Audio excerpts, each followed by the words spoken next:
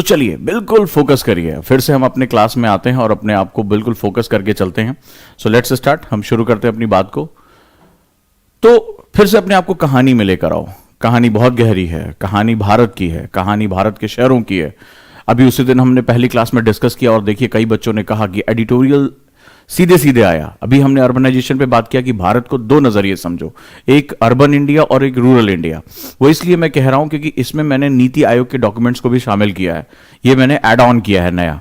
और वहां पर जो उनकी रिपोर्ट आई है 2018 में, उसको मैंने जो है वो बेस किया है ताकि बहुत सी चीजें समझने में हमें मदद मिले। उन्होंने क्लाइमेटिक चेंज और अर्बनाइजेशन पर अपना एक बहुत ही बड़ा एक जो है वो डील किया, रिपोर्ट किया, उसको बेस बनाया है।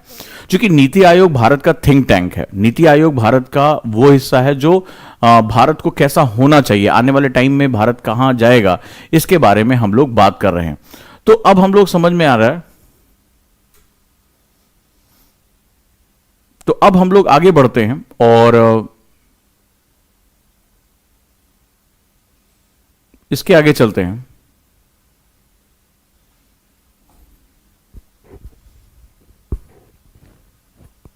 सर आपके पीछे से बारिश जैसी आवाज आ रही है, किसी ने लिखा है।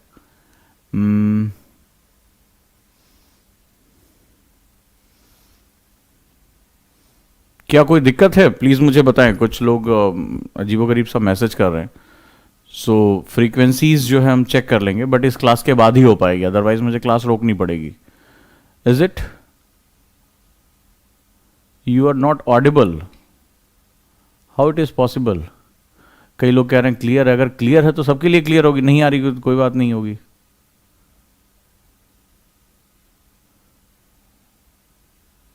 सब लोग कह रहे हैं क्लियर है। प्लीज अपनी डिवाइस चेक करें क्योंकि फ्रीक्वेंसी वही है जो हम पहले यूज करते थे।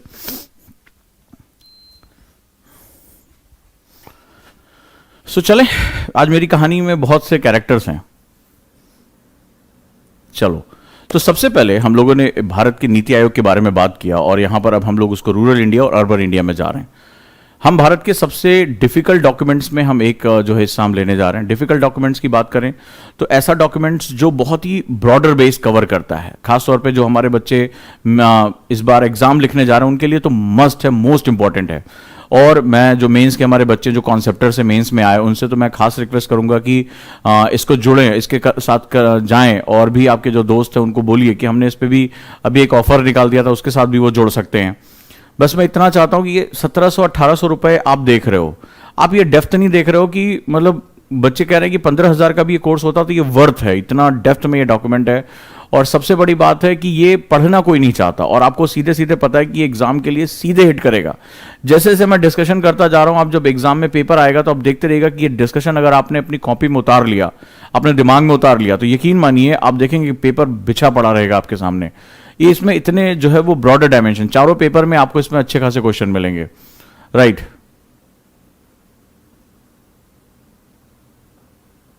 तो यहां पर इसकी इंपॉर्टेंस को समझिए।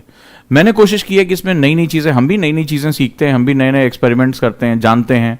उत्साह आपका लगता है कि भाई किस तरह से रिएक्ट होगा, तो मैंने आपसे इसीलिए फीडबैक मांगा हर क्लास के बाद कि अब जैसे मुझे लगा कि आपका जो उत्साह, मतलब 50 की संख्या में मेरे पास जो है वो मैसेज आए कि बहुत मजा आ रहा है, तो मुझे लगा नीति आयोग को भी इसमें इन्वॉल्व कर लेना चाहिए। नीति आयोग के बिना नहीं हो सकता क्योंकि योजना भारत के जो शहरी विकास उसकी मैगजीन है, कुरुक्षेत्र भारत के ग्रामीण विकास की मैगजीन है, और इसके साथ साथ जो नीति आयोग है वो भारत किस रूप में विकसित होगा, उसका जो डेवलपमेंटल प्रोसेस होगा वो कैसा होगा, इसके बारे में जो है वो बात करता है। तो मुझे लगा कि अगर मेरे बच्चे इसको स्वीकार कर रहे हैं, अगर एक मेरे में डर था कि इतना डेप्थ में डॉक्यूमेंट है और पता नहीं उसको एक्सेप्ट करेंगे नहीं करेंगे, कहीं जो है वो घबरा जाए कि नए नए बच्चे हैं हमारे पास ढेर सारे, लेकिन आप लोगों को जो प्यार मिला उससे बहुत मुझे उत्साह मिला और लगातार मुझे मेहनत करने का भी एक जो है मौका मिला। तो इस बार मैंने नीति आयोग के डॉक्यूमेंट्स, जो कमेटीज हैं उनके डॉक्यूमेंट्स, वो सब मैंने इन्वॉल्व करने शुरू किया। आज की क्लास में आपको दिख जाएगा।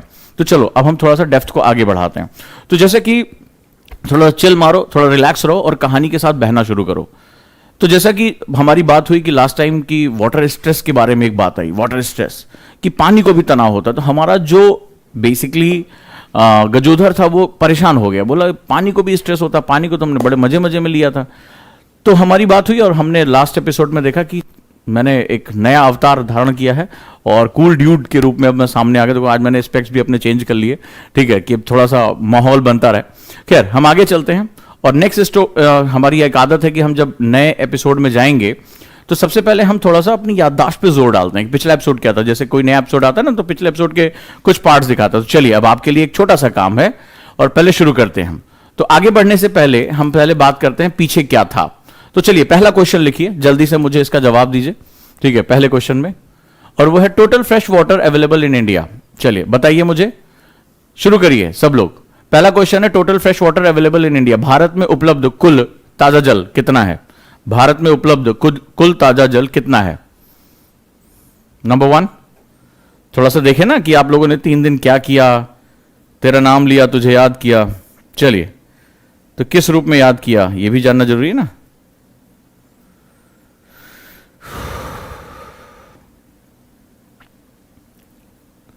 Total fresh water available in India. Next one, कोई भी कॉपी नहीं देखेगा, बेईमानी करोगे तो खुद ही से भुगतोगे। Actual usable water available in India, Bharat में उपलब्ध वास्तविक प्रयोग करने योग्य जल की मात्रा, भारत में उपलब्ध वास्तविक उपयोग करने हेतु जल की मात्रा।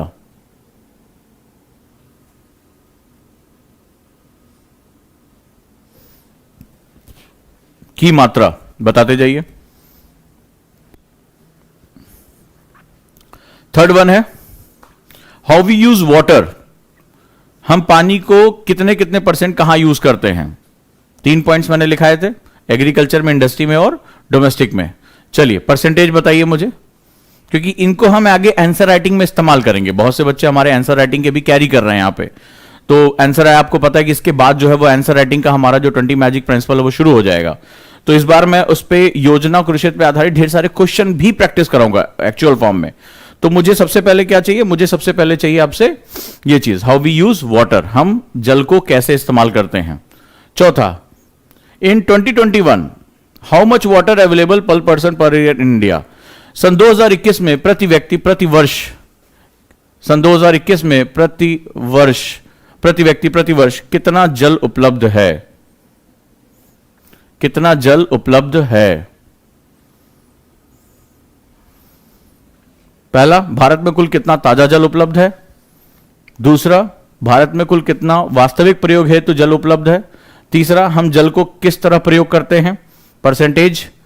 चौथा, 2021 में प्रति व्यक्ति कितना जल, प्रति वर्ष कितना जल उपलब्ध था। क्लियर है? चलिए देख लेते हैं, इससे हमें पिछली क्लास को लिंक करने में आसानी रहेगी और अगली बार फिर कल मैं आऊंगा तो फिर कुछ क्वेश्चन लेकर आऊंगा, तो आपको और भी मदद मिलेगी, आप अब ध्यान से पढ़ेंगे। क्लियर है? तो चलिए, पहले का आंसर है 3880। 3880 किसका जवाब सही है? बीसीएम। चलिए, billion cubic metre, 3880 BCM. Done. Actual 1122 BCM. Done. Check करते जाइए जिसका जो सही है। 70% हम फार्मिंग में यूज करते हैं, फार्मिंग, और इसके बाद हम यूज करते हैं 22% इंडस्ट्री, 22% इंडस्ट्री में, और इसके बाद 8% हम यूज करते हैं डोमेस्टिक, घरेलू। राइट। 2021 में 1486, 1486 cubic metre per person per year उपलब्ध था। Cubic metre, CM, CM important है, सीएम उपलब्ध था। चलिए, किसका किसका सही है? 4 सही है, पीठ थपथपाओ।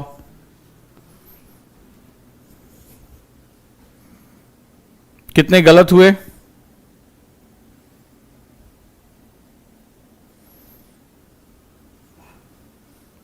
कितने गलत हो गए?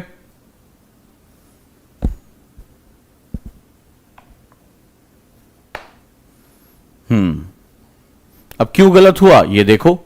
राइट, क्यों, आखिर क्या रीजन रहा कि हमारी गलतियां हो गई? ईमानदारी से चेक करो। यहां पे स्मार्ट बनने की कोशिश मत करना, सावधानी हटी, दुर्घटना घटी।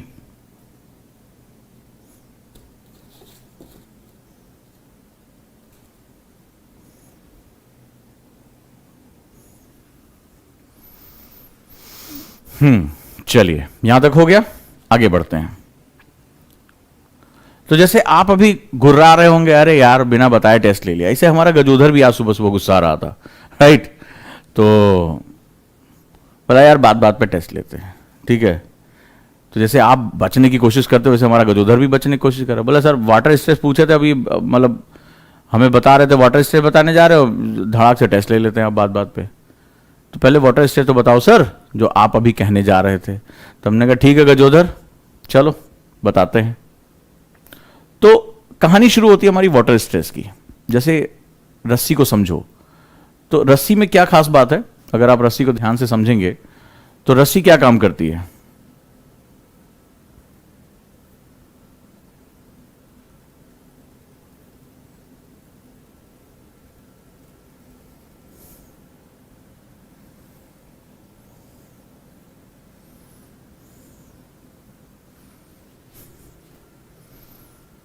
तो रस्सी कहती है, जैसे फॉर एग्जाम्पल अगर आप ध्यान से देखेंगे, राइट, तो जैसे आप एक्सेसिव खिंचाव डालेंगे और वो उसको होल्ड करने की क्षमता में नहीं है तो वो टूट जाती है।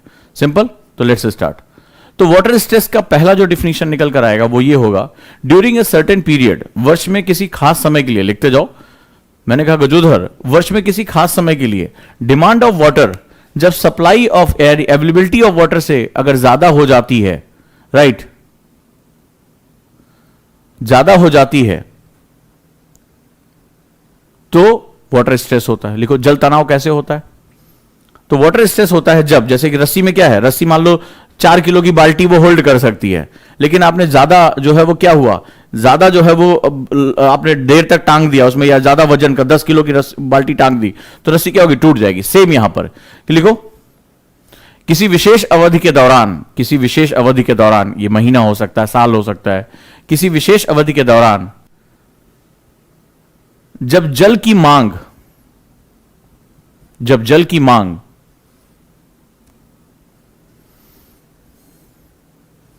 उपलब्ध जल की मात्रा से ज्यादा हो, उपलब्ध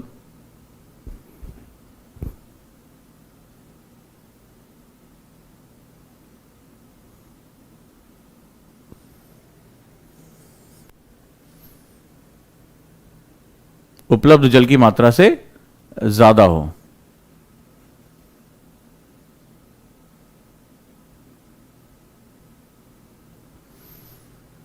दूसरा, अभी इस रस्सी से सब कुछ समझो, डिफिनीशन तुम्हें नहीं याद होगा क्लास में, ये जब एग्जाम में जाओगे ना ये याद आएगा। बहुत सोच समझ के नोट्स बनाता हूं, बहुत दिमाग, बहुत टाइम लगता है मुझे नोट्स बनाने में इसको, राइट। तो चलिए अगर हम इससे बारे में बात करें,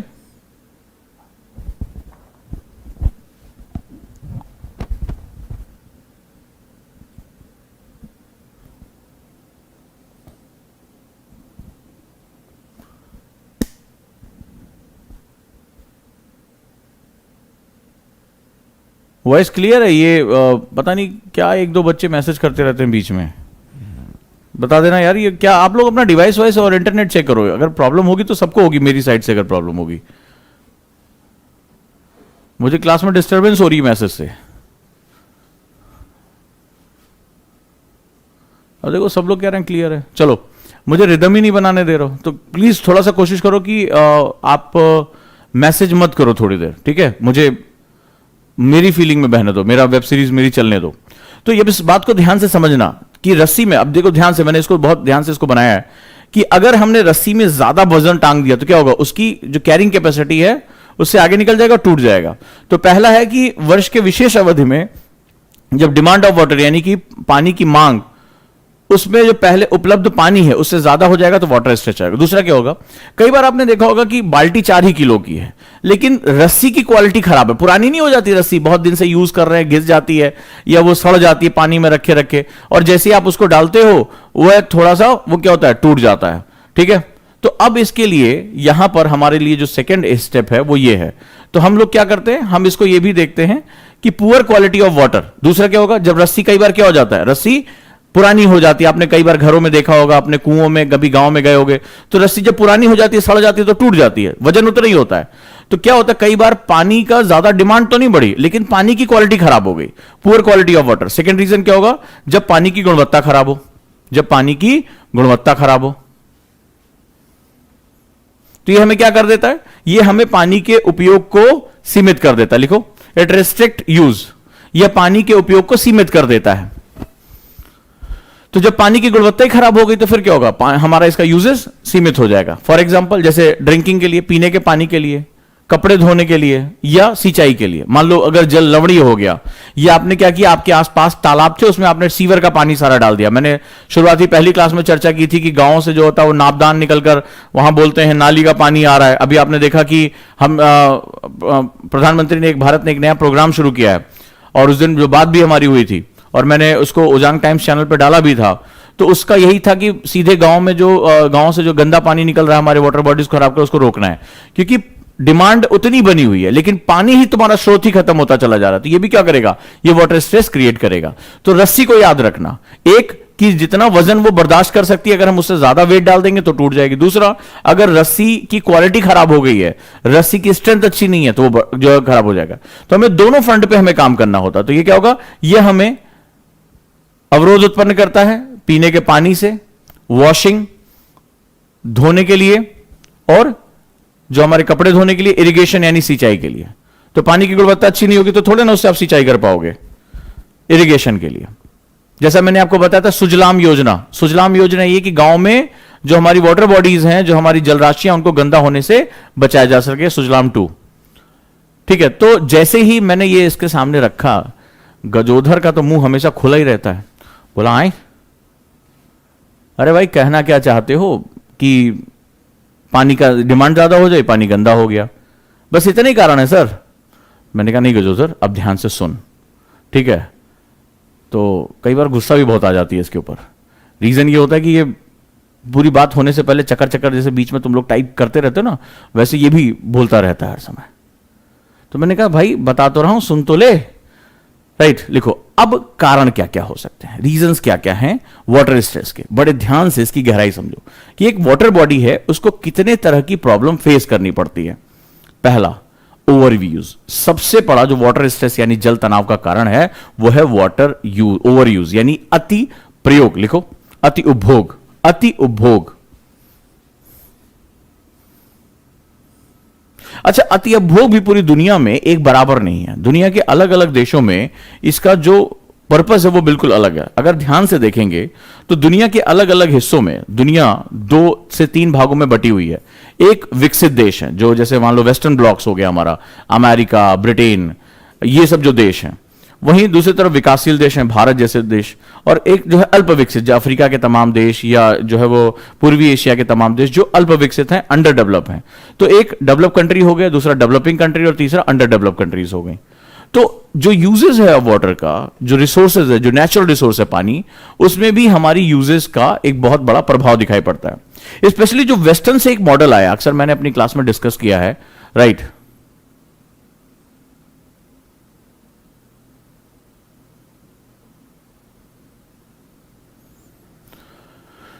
मैंने एक जो डिस्कस किया है बार बार, वो ये है कि per capita water consumption in developed countries, जो विकसित देश हैं, वो बेसिकली इकोनॉमी का उपभोग आधारित मॉडल की बात करते हैं, यानी कि कंजप्शन बेस्ड मॉडल की बात करते हैं। ये कहते हैं कि per capita energy consumption, per capita resource consumption जितना ज्यादा होगा, यानी प्रति व्यक्ति संसाधनों का उपभोग जितना ज्यादा करोगे, उतना ही तुम प्रगतिशील होगे, उतना ही तुम विकसित होगे, उतना ही तुम्हारी पर कैपिटा इनकम ज्यादा होगी, तभी तो उपभोग कर पा रहे हो। तो यहां पर कहता है per capita water consumption in developed countries. लिखो, प्रति व्यक्ति, विकसित देशों में प्रति व्यक्ति जल का उपभोग, विकसित देशों में प्रति व्यक्ति जल का उपभोग